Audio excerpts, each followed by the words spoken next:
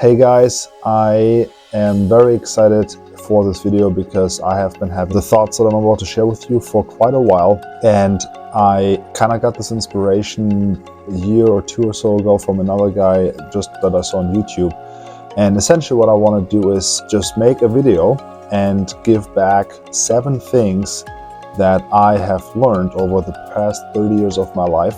So I essentially want to talk over 7 components just because, in my personal opinion, those have, in a large aspect, made just a tremendous difference in my life, and up to this point have shaped me, who I am, how I view things, how I go about stuff, and probably also how people associate me or think about me. So I just want to go over those, and maybe you can pick up something useful. So we'll start with number 7 and then work our way to the top. Learn how to build discipline.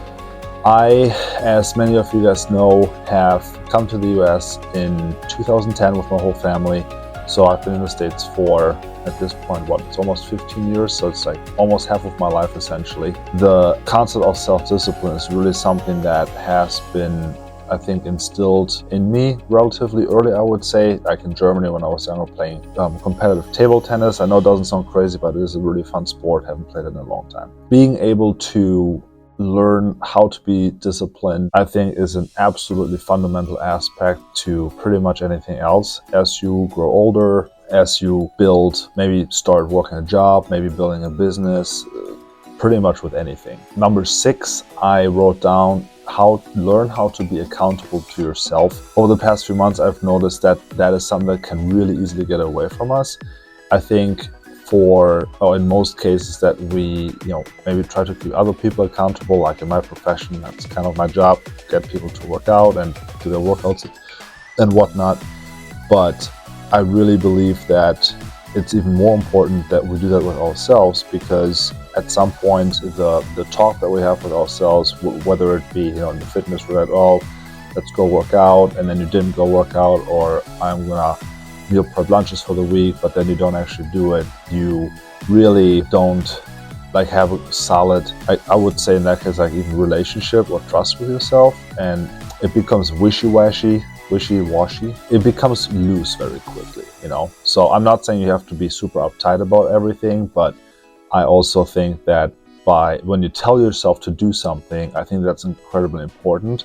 And especially when you get to the point when you know that you're going to follow through with what you told yourself to do, to whatever level or capacity that may be, starting small probably, that is super, super important. Number 5, this is something that I have noticed so incredibly much with exercising. I know for me, I'll probably bounce over to the fitness topic quite a few times in here, but the intent behind pretty much everything you do, it's so crucial, and I think also it gives things a lot more meaning when you do something that is well thought out, that has maybe to a degree some sort of why behind it, a reason essentially. And I think that the more intent you have behind an action, the higher quality outcome is gonna be. Like if you're doing a mindless squat, it's not gonna feel really good. I was working out with my mom the other day, and it was really nice to do that, because we never get to when she came up for Christmas, and we were just I told her we'll do whatever you want to do. We did like 45 minutes of some stuff, but one of the things we were doing is just simple body weight box squats. So she had some stuff done on her knee, everything is fine again, but just trying to rebuild the strength now. And she's like, well, I can't really squat. And obviously, like I said, we just did it with body weight, but she was doing a few squats and a little bit wobbly, and then I basically I kind of put on my trainer hat and really explained to her how why a squat is not bad for your knees, why you should try to go as slow as you can, and all that kind of stuff. And as we basically deep dove into the intent behind the movements and where you should feel it, why, and all the little nitty-gritty stuff, it felt amazing. It was challenging and it took a lot of thought, but the intention behind the movement, or the why for why we do it the way we do it, made everything different for her in that regard. And so I really think that applies for absolutely everything. Whether you give somebody a gift that is maybe not of high financial value, but is very sincere for someone. Like, I'm still looking for some fancy napkins for, my mom got me some tortoise like holders for like a napkin, and I don't know, like if I would get, like I would be happy I would get like a $10 set of 4 nicer napkins, like cloth napkins, you know, like that would mean a lot to me. And so like being thoughtful and intentional about things you do is really crucial and can make a big impact on the people, on yourself, and also the people around you in anything you do in life. For number 4, learn and understand what it means to be successful for you in life.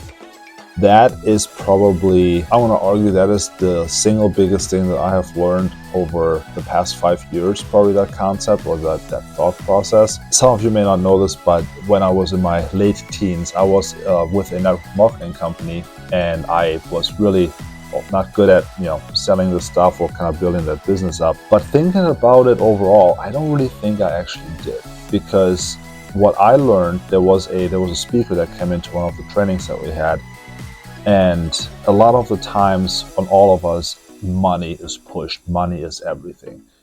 Yes, money is very important, and you need a roof over your head and all that kind of stuff. But do you really need millions or hundreds of millions or billions of dollars? I think that, like, from the financial standpoint, I think that a lot of us, I guess we don't even comprehend how much money that might be, or how much money we really need to like live a good life. Again, that kind of depends on what good means to you. If you want fancy cars, obviously you need money for that. But my point is that it is very important to think about that for yourself and not let the societal norm, which I believe is really strongly pushed towards like financial success, be the only gauge that we have. And so, it could be that you have very sincere and deep friendships with those around you. Hopefully you are in great health, or you're working to get there, and maybe you have a really beautiful relationship with your children, or again, you're working on that, or with your marriage or whatever. So I think it's a very big component to break that apart and to take some time, maybe like if you've never thought about, what actually, if someone says, like, would you consider yourself successful and why? And what does that constitute of? So I think when we have that definition nailed down, and truthfully, I think it could also change over the years. And so basically that's one of the components to really think about if you haven't made that deep dive yet, like what is success to you? Number 3, this one kind of makes me laugh because I'm all about watching Reacher right now on Prime, amazing show. And he always says, like, one of his things is like, details matter. And so for number 3, I thought it would be fitting to say learn how to be patient and accurate, because again, this world, our society it just moves so quickly, and everything is so fast. Like the videos that we watch they're so short usually. Everything is always made quick this, quick that, fast food, quick and easy, blah, blah, blah, blah, always fast. Everything is always fast.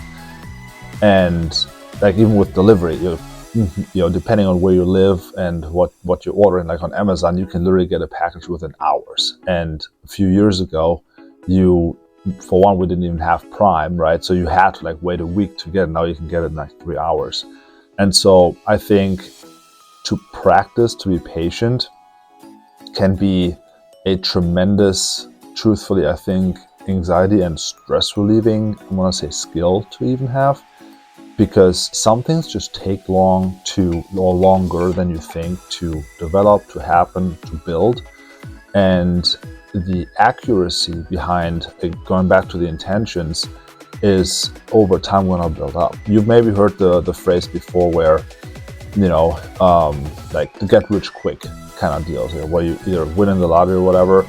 And unfortunately, there's a lot of stories, again, from a financial standpoint, where like people lose it all. Or like if you're building a business, if you have like on social media, if you start having a lot of followers, viral video, whatever it is, but if it grows too quick, there is just like, you don't have a good foundation, not a good base. And so I think that with us personally, it is the same thing. If we're trying to make ourselves into this person that is seemingly, or that we think is going to be liked, but we're not actually comfortable to, I'm gonna say, to develop that fast into that person, then at some point you're gonna get into an existential crisis seemingly, just because you're like, you almost have to act to be a certain way, even though that's not who you really are.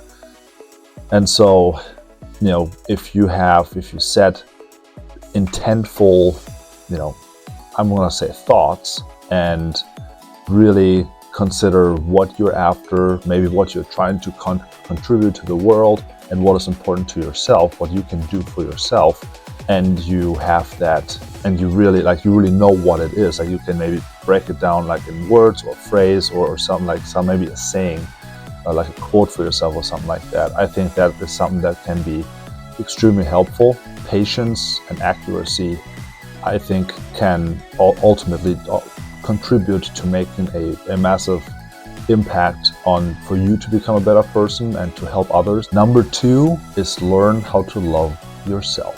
We get down on ourselves, I think, a lot, way too much. We compare ourselves to others, to other circumstances, or to other people, and we don't really know the full background, all the circumstances, what's really going on to like maybe lead somebody to be a certain way, even if it seems, or especially when it seems appealing to us.